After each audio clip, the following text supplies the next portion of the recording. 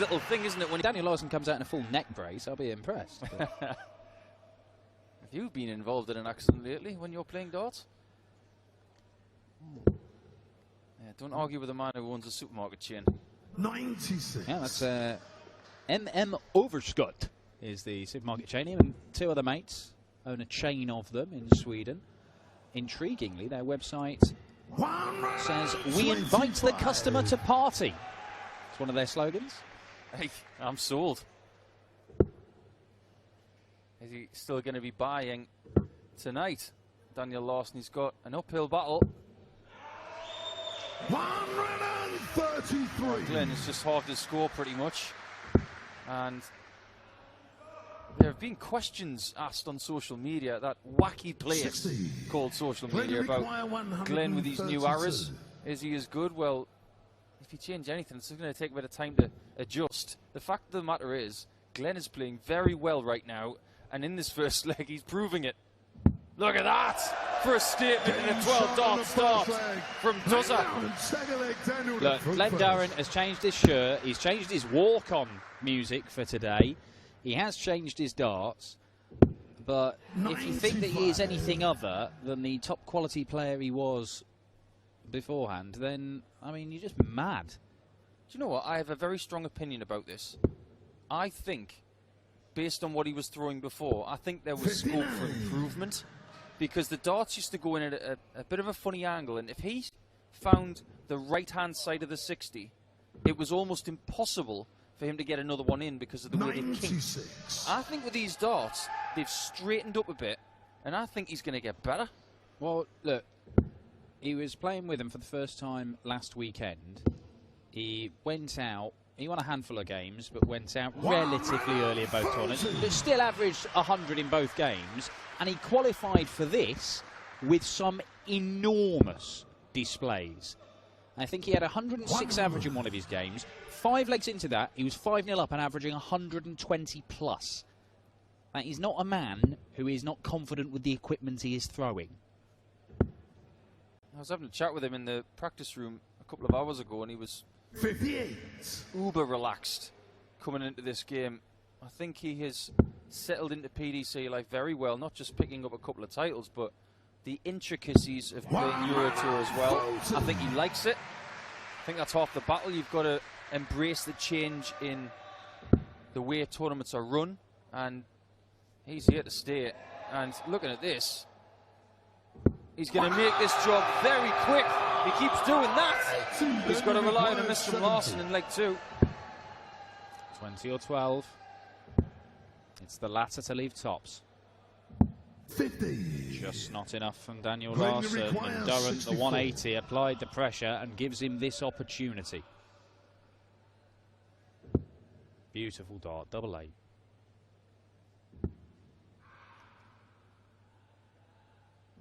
Game shot on the second leg. Well, I think he's pointing to Dennis out in the VIP area. The guy who follows him to most places. And I think secretly that Glenn, it's a bit like the Green Lantern with his lamp and the ring, isn't it? Some people just give you that extra bit of power. And I think when Dennis is around, there he is, Dennis with on the left-hand side with the white shirt on. He's almost a doppelganger of Dennis Ovens this evening with that shirt on. 60. I thought BHS was closed. I'm not saying anything about outfit choices. I think he looks lovely. You sound like Mrs. Doyle there. He looks lovely. 60. It's a pretty lovely start to this from Glenn Durrant. Yeah, he looks pretty sharp, doesn't he? He does. And the action looks smooth, which is a good sign. Because sometimes when it's a little bit tense, sometimes he can follow through a little bit too straight, and that right arm can follow behind his back. And I don't see any signs of that at the minute. But I do see a little bit of a shouldery throw in Daniel Larsson in the early parts of this match. The shot at tops, for instance, in the last leg, it was a bit snatchy. You see there's a bit of a jump there. And that's something that can really be infectious in the game if it starts creeping in. Yeah, that head does snap back a bit in the manner of Dave Chisnell. quite as violently, but then again, you know, it's not stopped Chizzy throwing world-class darts for years. This is true. Just on the side of the wire there, but Durrant has got a healthy lead in this one. What's your thoughts on the change of music as well for Duzza? Because the Oasis track he was coming out to, it was fine, but I wasn't sold on it. But I kind of like the New Radicals, You Only Get What You Give. I'm digging that a little bit. I don't know, man. I mean, I'm not sure you can get a more middle-of-the-road tune, can you? You may as well have a white line painted on it. Boy, is that a good dart. Didn't even need the guide. It was so pure, that 60. And he's causing so many problems for Larsson. Yeah, I mean, Larsson, he's playing dreadfully, but he's just not being able to live with Durrant at the moment. 16 for double. And that's not a bad guide. Just go under that. Well under it, but it's in the bottom corner, and that's good enough. And I'll ask you, Dan, if you were creating your perfect match play first round scenarios, and obviously Glenn's going to be a floater, so he could get anybody in the top 16. If you could have any match, Glenn versus question mark, who would you put next to the question mark? Well, Glenn himself has said, I don't care who I get, as I don't want MVG. He says that's the only player. I know Van Gerwen's the best in the world, and he beat Van Gerwen and beat him well in the one time he's met him on the tour already this year. It was on the way to one of his titles. But he says, look, I don't want Van Gerwen. I've been building up to this being at the Winter Gardens for a long while now. I've got there. I believe I can win any match, but obviously I've got a smaller chance against Van Gerwen than everybody else. Doesn't matter if he gets Rob Cross, doesn't matter if he gets whoever. Gerwyn Price, Gary Anderson. Tell you what, Dan, as well, the point I made earlier in the match about hitting the right side of the 60. With his first dart in that previous visit, I think with these other darts he doesn't get that 180. 100. Interesting point. He says that these darts he reckons will be his, you know, the extra 5% he thinks he needs to do what he wants in this game. And he's been very cagey about saying I'm going to win this, that, and the other, adding another star on my shirt or anything. He believes the possibilities are endless, but he's not making any bold predictions or anything.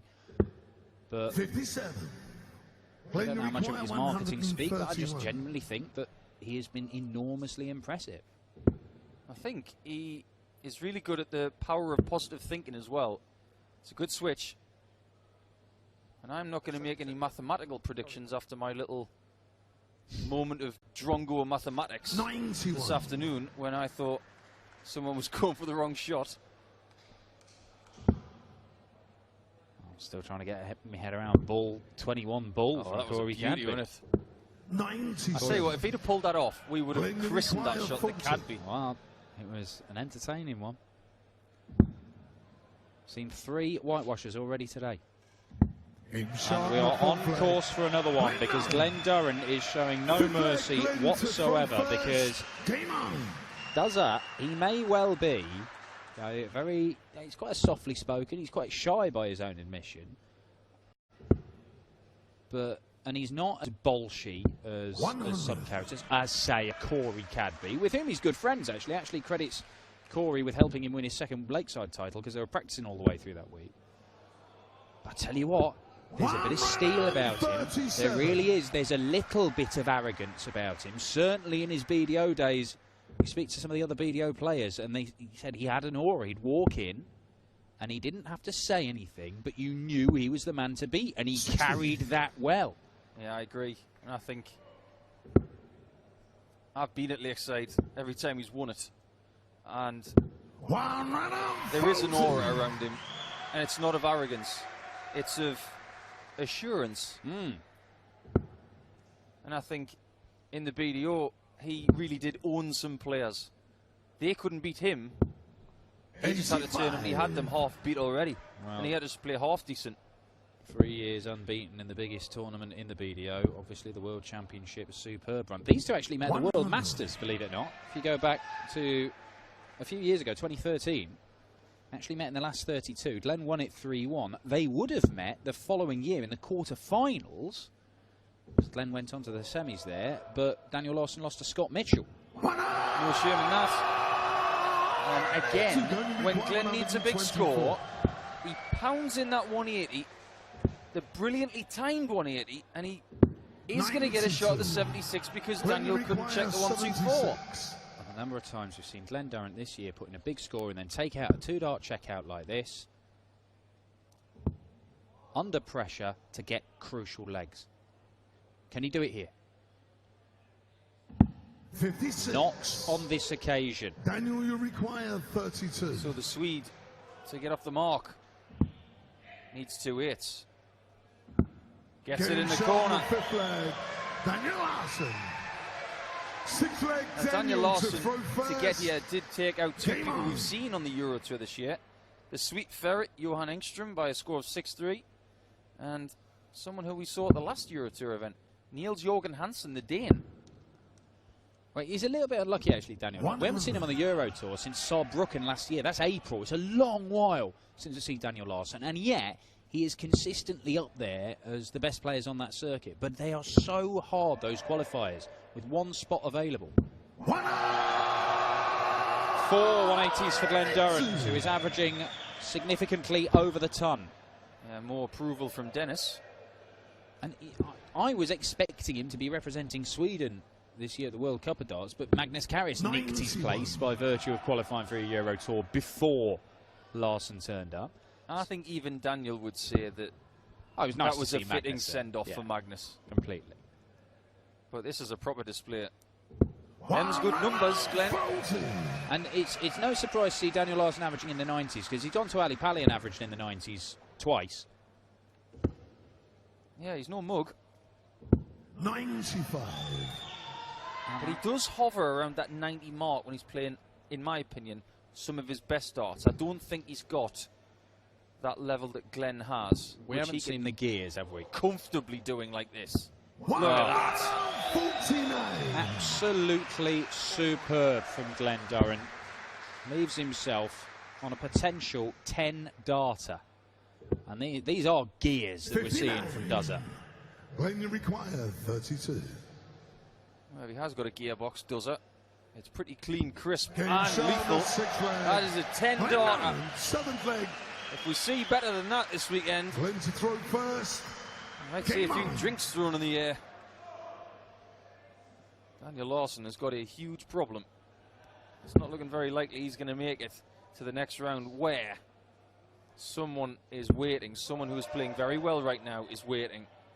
And that's Gessie Price. 5 maximums in just 6.5 legs from Glenn Durrant, who is averaging up towards 110 right now. 31. Small thing that I've noticed since the last time I saw Glenn play is that the darts haven't changed, but the points have. He's gone from the very straight point with a very small amount of grip on it, but these are like Rob Cross's points. I think they are the same ones, these Storm points. Yeah, they are very aggressive.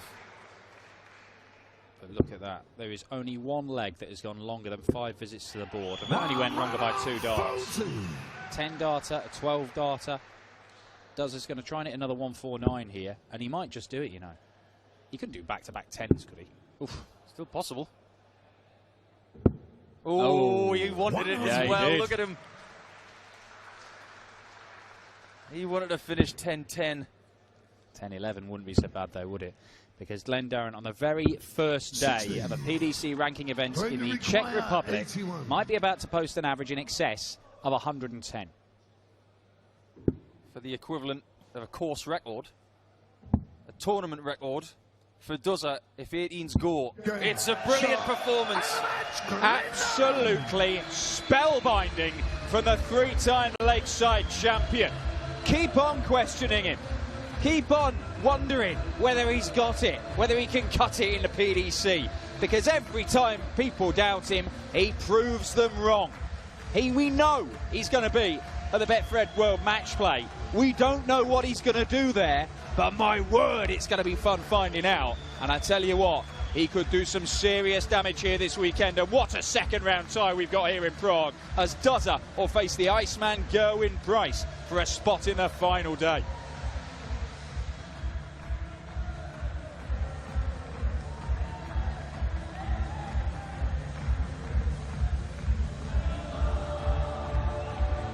Wow, what a night.